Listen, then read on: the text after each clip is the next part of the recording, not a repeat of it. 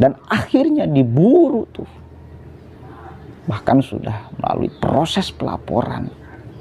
Kenapa?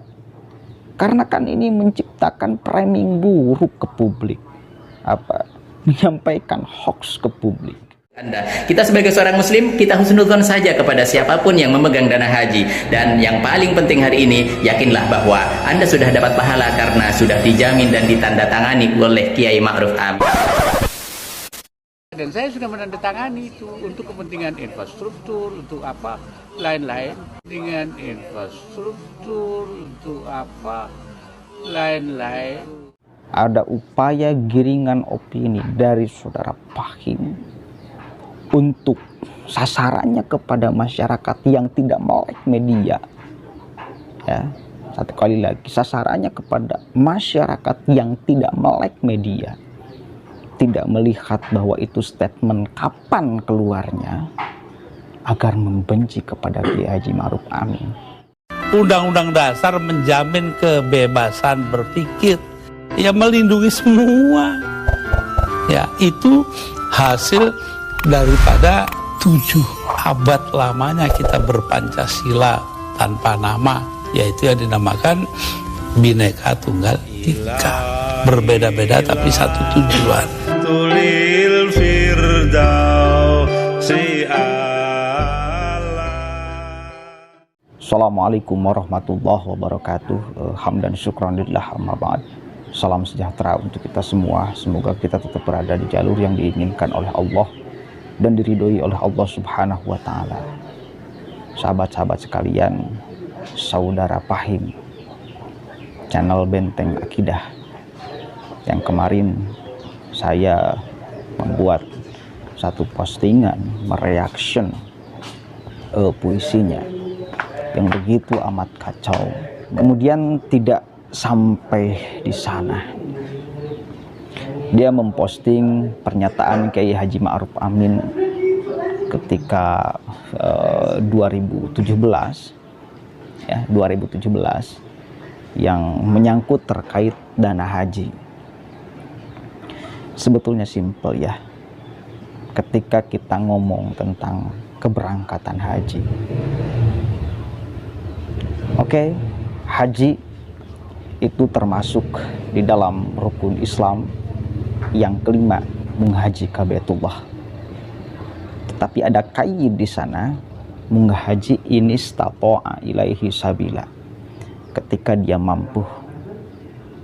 Oke, ketika mampu. Berarti kalau tidak mampu, tidak ada kewajiban haji. Pertanyaannya sederhana.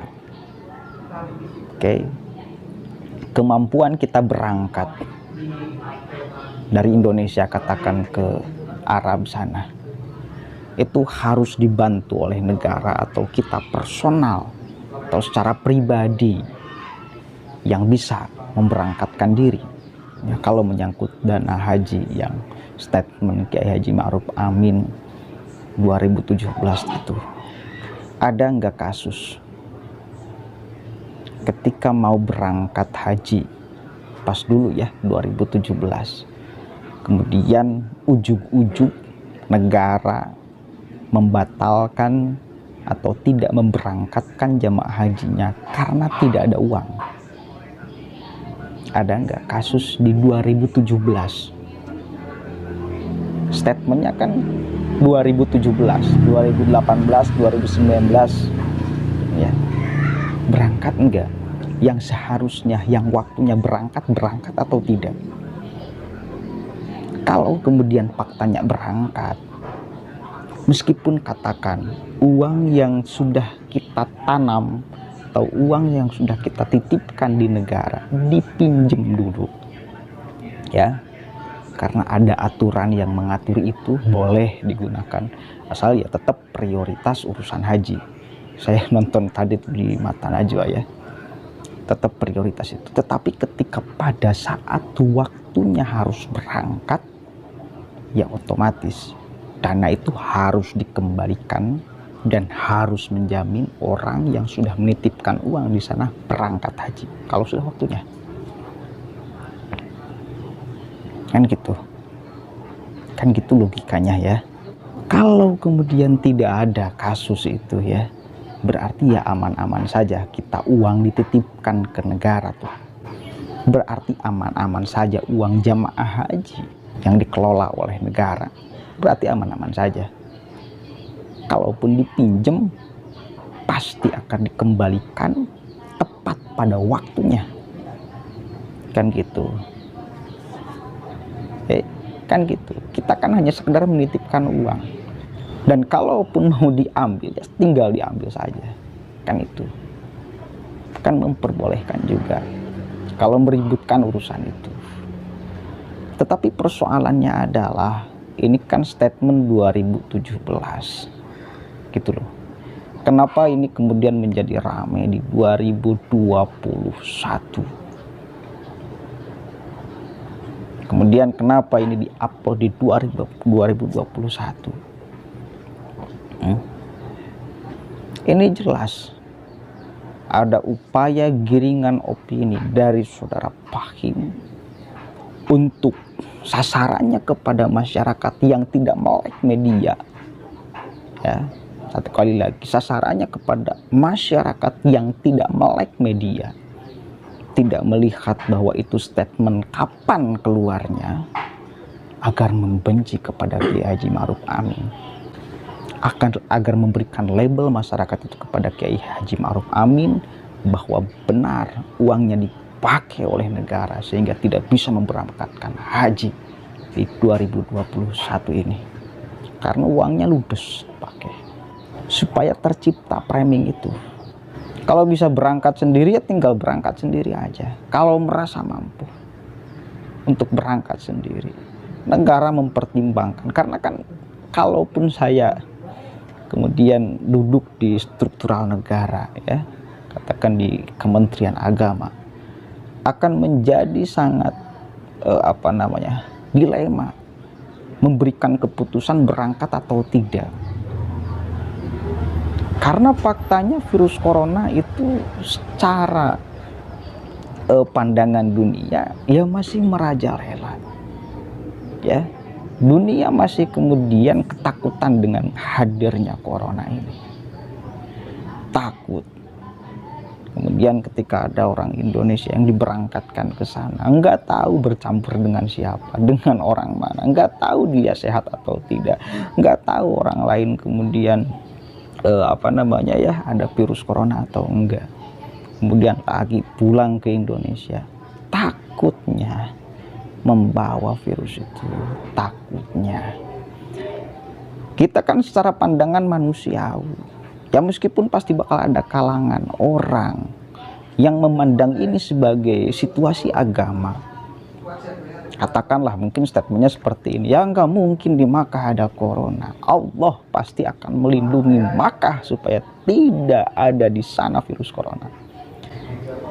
Tetapi faktanya kita hidup di dunia, bersentuhan dengan langsung manusia, itu fakta. Oke. Dan harus sadar bahwa agama pun melarang untuk kita menjerumuskan diri ataupun tidak mewanti-wanti, tidak mewaspadai diri, tidak menjaga diri dari kemungkinan penyakit itu hadir di tubuh kita. Jelas ya, itu alasannya saya kira cukup rasional. Kalau kemudian masyarakat tetap maksa berangkat, kemudian pada akhirnya ada klaster lagi, siapa yang akan disalahkan? Siapa yang akan disalahkan? Negara lagi. Tidak menjamin keselamatan warganya. Tidak mempertimbangkan secara matang dan benar keberangkatan orang Indonesia berangkat ke sana. Jadi di situasi ini, di kondisi seperti ini, dilema memutuskan. Tetapi kalau menurut saya memang solusinya seperti itu. Uang kita kan dititipkan tuh ke negara, kemudian Anda tidak percaya tinggal diambil, kan itu aja. Apakah kemudian negara memaksa untuk uang Anda nggak boleh diambil? Kan enggak juga. Statement Menteri Agama sudah jelas kok. Kalau merasa Anda uangnya tidak aman, ambil saja. Itu gitu bos. Ini yang berbahayanya ini si Akang Pah ini, saya nggak tahu. Lihat aja tuh deretan postingannya dari mulai bawah sampai kemudian atas, apa yang selalu dia katakan dan sebutkan. Mohon maaf, saya menjadi orang yang penyerang di sini. Memang penyerang. Saya memposisikan diri sebagai pelawan narasi orang-orang yang saya kira harus ada pembandingnya. Kalau enggak, ini akan menjadi kekacauan opini liar di publik tuh. Kekacauan opini. Contoh kemarin sederhana, Ustadz Haikal Hasan. Dia serampangan berbicara tentang pembatalan haji berkaitan dengan HRS lah dan sebagainya. Pada akhirnya kan tweetnya itu tidak bisa dipertanggungjawabkan dan akhirnya diburu tuh. Bahkan sudah melalui proses pelaporan. Kenapa? Karena kan ini menciptakan framing buruk ke publik. Menyampaikan hoax ke publik.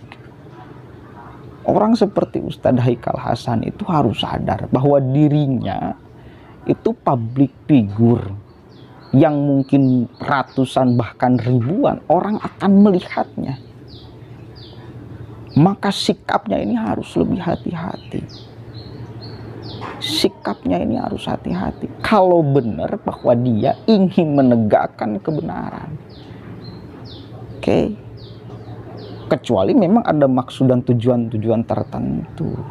Berarti kan itu pelacuran intelektual.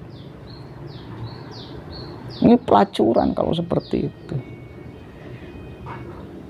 Harus sadarlah bahwa dirinya ini banyak pengikutnya. Jangan sampai membuat kemudian kacau opini publik ini. Membuat liar opini, bola panas, digiring ke sana kemari. Orang pada akhirnya saling ribut, meributkan dana haji dan sebagainya. Wah, bahkan ada yang mengatakan bahwa rejim ini komunis dan sebagainya. Jadi kalah ngacapraka itu tadi opininya menjadi sangat liar, ya, yang sangat tidak rasional pada akhirnya sampai ke bawah opininya. Tapi pada akhirnya minta maaf karena apa yang dia ucapkan itu ternyata tidak bisa pertanggungjawabkan.